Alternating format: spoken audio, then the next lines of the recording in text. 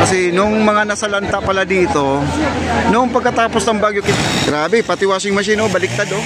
Ayan, oh.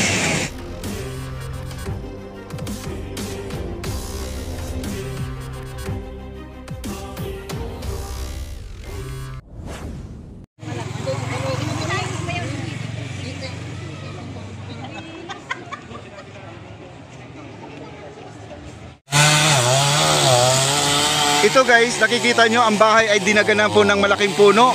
Ayan po, pinagpuputol-putol na po niya ang mga sanga. Masakla po dito guys, kasi ang sabi po yung nakasaksi dito ay talagang napakalakas po talaga ang bagyong uwan, mga kaibigan. Kaya ito po ay minamadali po na pinagtatanggal po ng ating MDRRMO, mga kaibigan, itong mga punong nakasampa dito sa bubong ng bahay. Nakakaawa naman po ang kanilang mga bahay guys, kasi sila po ay tabi ng dagat. Ayan po ang dagat guys, oh. Ayan. Ayan, oh. At kita na po. Oo nga pala, wasak din pala ang hollow blocks, oh. Ayan, oh guys, oh. Kita nyo. Nandito po tayo sa sa Bimali, Pangasinan guys. Ito po yung nangyari ngayon dito. Grabe, pati washing machine, oh, baliktad, oh. Ayan, oh.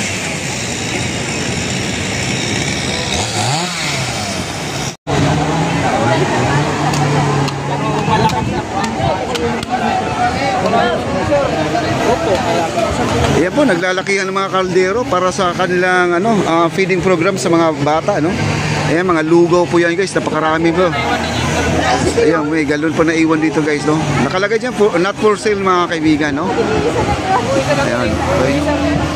Dito po mayroon kasi silang kasi nung mga nasalanta pala dito, nung pagkatapos ng bagyo kinabukasan, pumunta dito mga LGU, kinuha yung mga pangalan nila.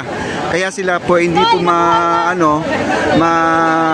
wala po dito magpapanggap para na makakuha na ngayon. Lahat dito ay nakalista ang mga pangalan nila kasi yung LGU natin nagbahay-bahay dito sa mga nasiraan po ng bahay, no, ng ating mga bawat pamilya.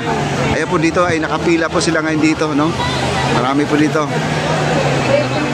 Mabilis din pala kumilos ang kanilang LGU dito guys, no. Kinabukasan talaga talagang kinuha na kagad ng mga listahan, tapos hinatiran kaagad sila ng pagkain, no, kung ano mga dapat pangangailangan sana. Lahat po kayo matatapos. Thank you. Ayusin po natin yung pila. You know, yung pakiayos wala po, wala na po upuan, kaming space kasi dito. nandun po sila nakapila guys, no.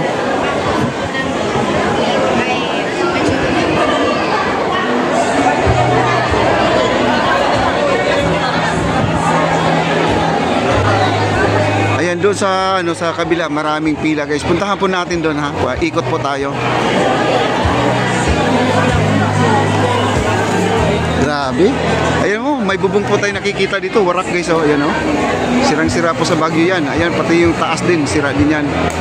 Takot na takot daw sila nung bagyong uwan, mga kaibigan. Talagang napakalakas daw. Sobra.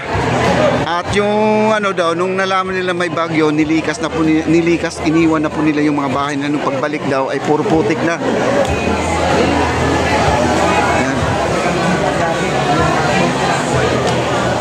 Ito po, nandito po sila ay nakapila, no? Titingnan po na. Meron tayo dito registration for vital sign, mga kaibigan, para chinecheck po yung mga blood pressure, para naman yung mga lulot lola natin ay hindi po ma-high blood dito sa kakaantay dito, kasi dito guys may proseso sa pagpipila para pag-fill up dito sa mga papel, no? At meron po tayong mga record dito. Ayan po.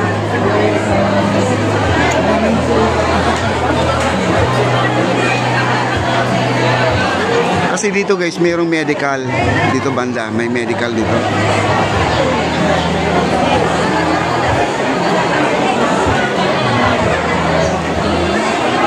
At magtatanong po tayo dito kung ilan po ang families po ang dito na tinamaan ng uwan, mga kaibigan, no?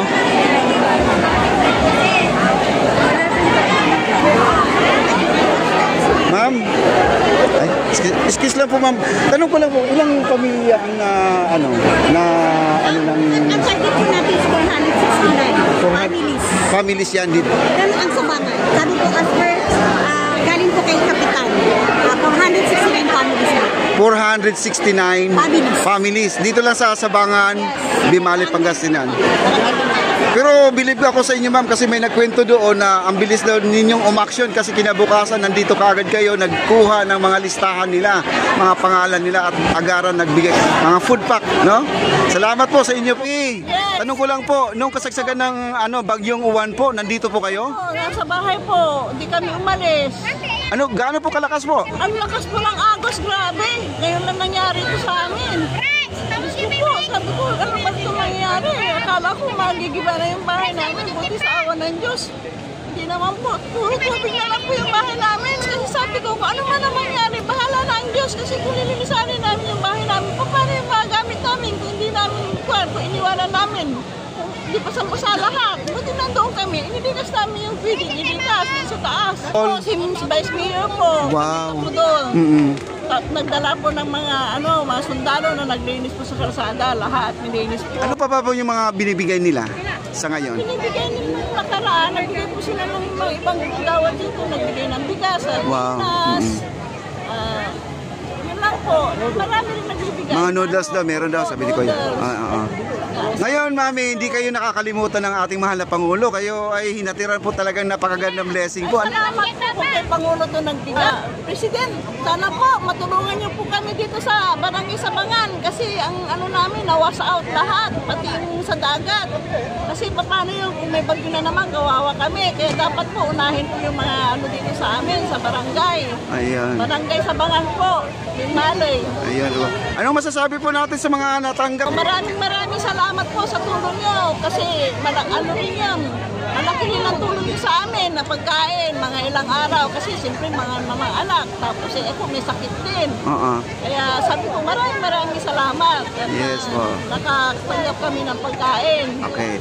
Mensahe po sa ating mahal na Pangulo. Siyempre ngayon ay ang dami pong bumabati ko sa kanya. Sana po ay ano po mensahe niyo po? Basta Pangulo, work ka lang, relax ka lang. Yung mga binabati ko sa inyo, okay lang yun.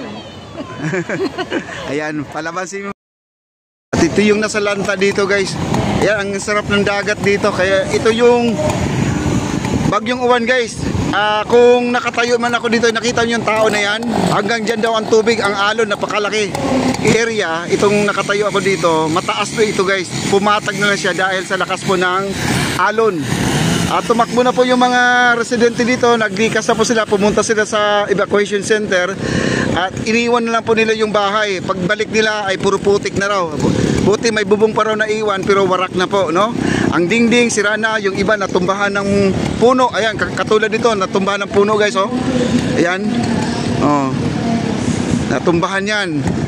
Wala na po talagang guys, wala na silang magagamit. Buti na lang may mga LGU na kinabukasan ay kaagad sila naglista, no? Naglista sila ng mga pangalan ng mga residente dito at nasa 400 plus po ang kanilang nalista, kaya po ay nabigyan ngayon ng mga food pack, no? Nandito na,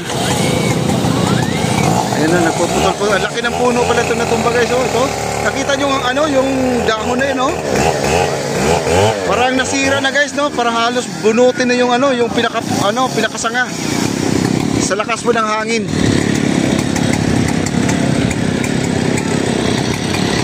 Grabe. Ang sarap po ng dagat dito, sarap maligo, no? Kaya, ayan, no? Kita nyo lahat ang mga puno dito, puro patay na. Yung gilid ng ating dagat, oh. Yan, nasira lahat guys, oh.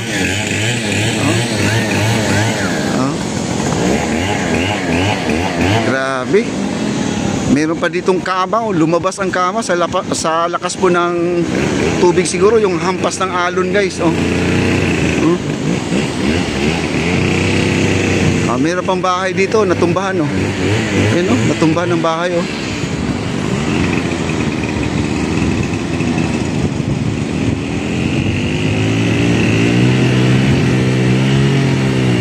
Ayan, oh, yung may puno doon, oh, natumbahan, oh. Ayan, oh.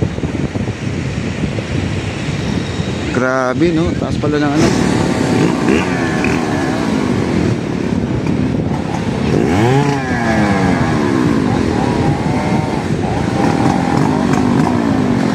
Ayan, oh.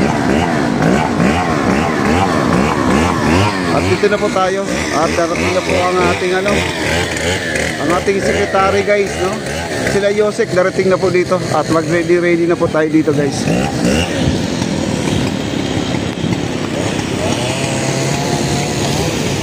Yan. Dito na po tayo.